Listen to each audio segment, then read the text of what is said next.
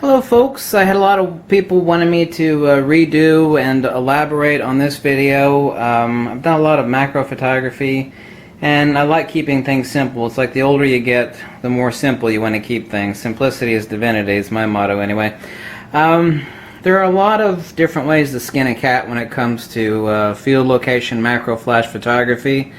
I found that there's absolutely nothing more simple or more dreamy than this. I'm using a ProMaster ball head for articulating my flash at various locations and also proximity to the end of my lens. Now you're asking, why am I using the 60mm D-series macro Nikkor? The reason being is that I can obviously put the Takina 100mm on there or the Sigma 150mm macro that I got, but I wanted to show you the shorter the macro is in focal length, the more difficult it is to get flash photography, because basically you have to shove the lens right up the ass of the subject that you're shooting at. Obviously doing tabletop photography like this, I just got done shooting a circuit board and some shell pictures. I would obviously put this on a tripod and be using my Einstein strobes or a speed light, in hand. I have my camera on my tripod, so I'm only using this for demonstration purposes of what I would be doing out in the field, doing a nature shot of like insects, especially low light. One thing that I love to do is like after a rainstorm, the geckos and the frogs would actually come out and they start singing to each other, and I'd go out there and I'd sneak up on them with the red light on my headlamp, and before they could move anything, I can get the hard thing with macro is that your depth of field is so razor thin. Here's a little trick you won't read about anywhere. When it comes to macro, you're always scaring your subjects away. When it comes to insects, bugs, lizards, and like I love shooting geckos and frogs, especially after a rainstorm in Florida, is that they obviously want to move on you. You can't, they don't obey your wishes. So getting really fast autofocus, I have the SC29 flash cable. I got it Velcro here to my CB folding flash bracket. This folds up into one tiny compact piece. By the way, the bracket is a CB folding T.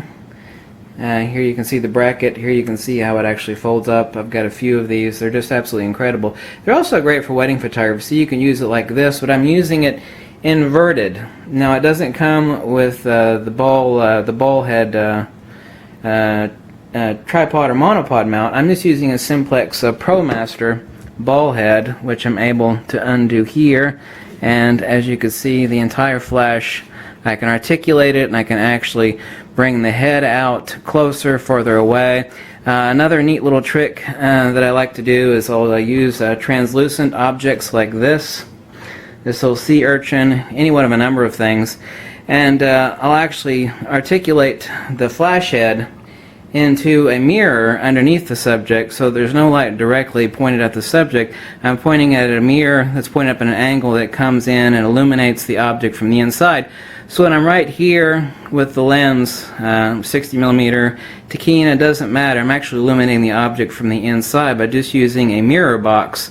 I'm actually using the softbox attachment. Now this is a Westcott. Now I've seen some real hardcore macro photographers. I mean, people that, that one guy's even got a book on macro photography, and it's damn good macro work. He's basically got the same setup as I have here, and this isn't expensive. I mean, this CB folding bracket, $60, the SC29 flash cable is like $50 from B&H. Obviously, speed light with TTL. Now, the SC29, obviously I'm going to use TTL metering, but the reason for that, obviously, especially with insect and animal photography like lizards, newts, frogs, especially bees, you want to catch it right in the instant. I always have set on aperture priority, so I know the depth of field and my ISO that I have set, but I want TTL. I want everything to be fast. I mean, it's okay to even shoot in program mode. I mean, when it comes to sports, I talk about not shooting in P mode, but when it comes to actually capturing action, and lizards, frogs, and insects are action in macro photography, it's certainly okay to shoot in program mode. However, I prefer to shoot in aperture priority.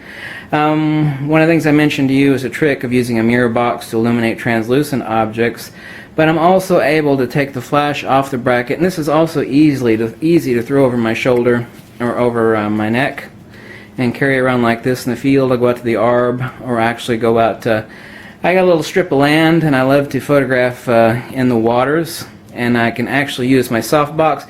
Now this is a Apolo Softbox, and the only reason that I like this one so much is it attaches very easy with Velcro. You put two pieces of Velcro on the side of your speed light there, and then the entire bracket attaches right here via these two pieces of Velcro, so it's easy to get on and off, and it folds up nice and compact. So it's the Micro Apollo light modifier, but these are so simple. But we're getting back to that one professional macro photographer. His setup is identical to this, and he's just done years and years of macro photography. It's basically the same. He doesn't use the same bracket, and he also uses a ball head for his speed light. But I mean, he uses a paper towel, which, you know, you can get that for free. Obviously, you can make your own wire and a paper towel. You obviously need to replace it if it gets wet, but I mean, these are so very cheap, and there's so many different ones. Most of them are made in China. Here's another smaller one, especially if you need a smaller softbox to go over your speed light to illuminate your subject. But the important thing is you can't do, especially with 60mm. Now, I can barely with 100mm macro use the built-in flash. I'm always about getting your damn flash off your damn camera for countless reasons, but especially in macro. I mean, you need to give form definition to your subject. The pictures are just so much more aesthetically pleasing, but you can't do that with a 60mm. You can barely get away with it with the 100mm Takina.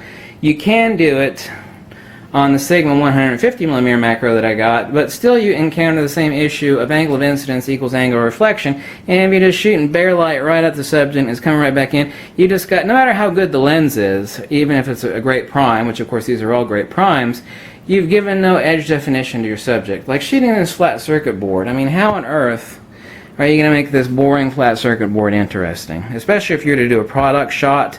And a lot of product shot is dinky little stuff like this. Someone makes a little widget or something, they want you to do a product shot, and you're going to use angle of incident light directly to reflect off the, I mean, that's going to be like, what did you do wrong? I mean, are you a professional photographer? It's like, well, yeah, I've got the best gear. It's like, well, you know how to use it. Give definition to your subject. There's two reasons why I've got the speed light off of the side that's on an articulating ball head like this. You can see many different ways. I've actually turned this ball head over to its, there we go. That's where I'm able to articulate any more and bring the head out closer. I can illuminate from underneath, off to the side. I can actually flip this bracket over the top and actually illuminate over the top. As you can see here, this is also the manner by which I'm able to do this. With the ball head on top, I'm able to bring the entire flash directly right over the top of the subject if need be, depending on the compositional nature of what you want to shoot. So, in addition, now, all of these brackets for this isn't specifically for macro photography. I mean, a lot of people use these for wedding shoots, because professionals know how important it is to get your damn flash off your damn camera. But what every one of these needs, and there's some really expensive ones. This one's made in America and it's CNC machined out of aluminum. I mean, it's just freaking the cat's ass and awesome. It isn't that expensive. I think the current price on it's $80. I could be off. I mean, I bought 3 of them. I haven't checked the price recently. But it's a CB folding T-bracket. But I'm able to get my flash directly over top and bring it directly over, or with the addition of the ball head, I have so many articulating positions, and I'm also able to change the position of my flash head. You can see here, like this, and I can lock it into place. I can lock my ball head over here into place wherever I want, illuminate it from underneath. I could use a reflector card, since all these 900 and 800 series have reflector cards. Okay, I can pull that out and bring it down here and illuminate it from underneath, which is awesome for shooting leaves and translucent objects. I don't even need to use my softbox then. So what I'm doing, if I can do this, and show you what I'm doing, like for photographing leaves or like a frog on a leaf. I'll bring out my bounce card. I bring it over here. Okay. I'll illuminate the object from underneath, like if it's late at night and a frog's sitting on a leaf. I will do flash photography from underneath the translucent object. And people are like, oh my god, what a beautiful shot. How did you get that? Really simple. I used a bounce card with a flash bracket, but the most important ingredient, the secret spice to these flash brackets, which are for wedding use, but they're perfect for macro use, and tons of macro shooters use these. And there are a few different, there's a really expensive bracket. It's got a dozen different joints, which are just totally redundant. It's a $300 bracket, basically. And you don't need 8 or 9 joints. All you need is this. articulating ball head. So I can actually swivel this. I can do shots from underneath. I can do shots directly from above. I could do shots through translucent objects off to the side. Like I said, these softboxes for speedlights they're typically like $6 or $8. The better ones, like the Apollo here, I think this one's like $24. I mean, it's built to last a lifetime, and it's so easy to attach. And it comes with 2 pieces of industrial Velcro for sticking on the side of your speedlight here. But I wanted to use the 60mm macro since a lot of you people bought that. But the important thing is that, yeah, why do I have the SC29 flash cable here? I mean, obviously I could trip it using the pop-up flash, but that introduces ambient light. I mean, I could also use a slave trigger for it, but I mean, that introduces another issue. Why this is so handy is TTL metering.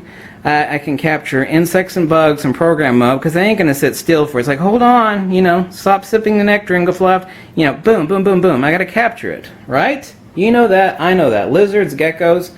I love going out after a rainstorm and see all the critters out there. They don't see you in the night. I have a red headlamp. I showed you that headlamp in a prior video. I turn the red light on and they don't really see that, and I'll sneak up on them and I'll take a macro shot. It doesn't have to be really, really close because usually they'll scurry away because they can detect the motion, and boom, capture another macro shot. Boom, another one, just like that. Very easy, but all you need, and this is a ProMaster ball head. Now they make smaller ball heads than this, but this is the one that I like the most. It weighs more. They make a tiny, tiny little plastic chintzy ball head. I think it's like $30. This one's only like $30 also. But it's metal, it's ProMaster. Now it's not a ball head that I would use for normal photography, meaning mounting my camera on, because, you know, it's really simple. I mean, it locks into place and it's articulating. But, you know, we're not talking about mounting a camera on it for precise adjustment. We're talking about articulating a speed light over here. So, but getting the light off of your camera, divinely paramount importance. Let me actually show you a couple shots here that I took. There's nobody wants to see that. Just compositionally rather ugly. What are some of the shots that I took? I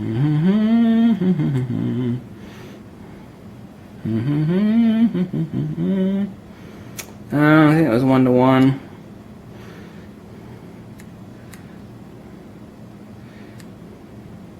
There you go. Give definition to your shot. I'm too close. Camera can't focus in. So this is the magic secret sauce to being able to get really awesome, really fast, variegated illumination speedlight shots with the macro lens. And it's harder to do with the short macro lens than it is the 100mm, the 150. So that's why I did this demonstration, to show you this. Like I said, I can hang this around my neck. Obviously, like I said, this is not for in-studio shooting.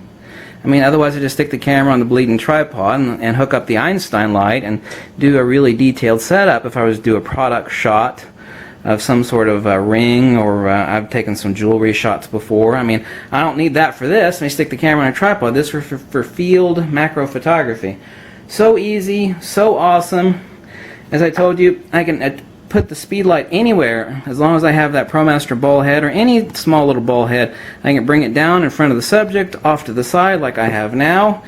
I can shoot translucent objects. I can point it down into a mirror and do bottom-up illumination by using the softbox. So $60. No, excuse me, about $75 something for the CB folding flash bracket, $50 for the SC29 flash cable, $30 for the ProMaster ball head. You know how much the speedlights cost. You do want TTL metering, especially if you're shooting insects or whatnot, and you got to shoot stuff in program mode, because they're going to fly really quick. You want boom, fast autofocus, boom, fast, accurate TTL flash metering. So anyway, thanks for watching. That's making macro photography really awesome, really, really simple, because I love simplicity.